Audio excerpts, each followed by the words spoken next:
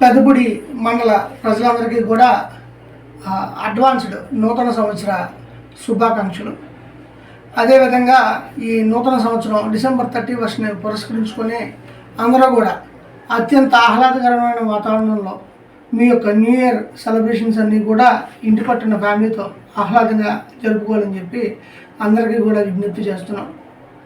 ఈ ఎవరైతే మనకి ఆకతాయిలు ముఖ్యంగా రామేశ్వరం పరిసర ప్రాంతాల్లో, అదేవిధంగా పెద్దాడ, గొల్లల మామిడాడ పరిసర ప్రాంతాల్లో అర్ధరాత్రి పూట బైకులకి సైలెన్సర్లు తీసి, అదేవిధంగా మద్యం సేవించి మత్తులో వాహనాలు నడపడం, సైలెన్సర్లు తీసేసి వాహనాలు నడపడం, రోడ్డు మీద అత్యంత వేగంతో వెళ్ళడం, పరిమితికి మించి వెహికల్ మీద త్రిబుల్ డ్రైవింగ్ అట్లా చేయడం, వాహనాన్ని నిర్లక్ష్యంగా నడపడం, ఇట్లాంటి పనులు చేసినా, రోడ్డు మీద ఏమన్నా గొడవలు కానీ కొట్లాట్లు కానీ చేసినా, లేదు అంటే ఈ కోడి పందాలు, పేకాట, గుండాట ఇట్లాంటి అసాంఘిక కార్యకలాపాలకి ఎవరైనా చేద్దామని ప్రయత్నించినా కూడా పోలీస్ డిపార్ట్మెంట్ నుంచి తీవ్రంగా వారి మీద చర్యలు తీసుకోవడం జరుగుతుంది.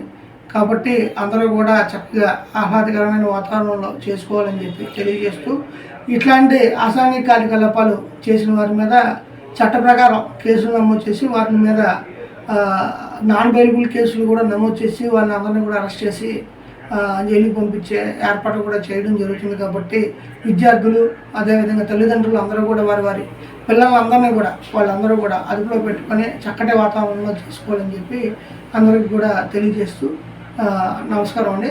Thank you. మీ డిపార్ట్మెంట్ తరఫున ప్రత్యేక పర్యవేక్షణ ఏమైనా ఉంటుందండి?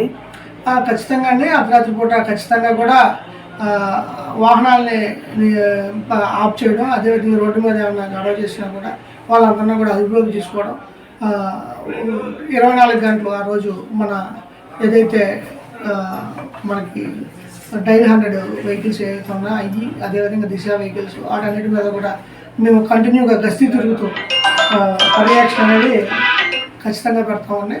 అదేవిధంగా ఎవరైనా తాగి వాహనం నడిపితే ఆ రోజు డ్రంక్ అండ్ డ్రైవ్ కూడా నమోదు చేసి వారి మీద చట్ట ప్రకారం కేసులు కూడా నమోదు చేయడం జరుగుతుంది.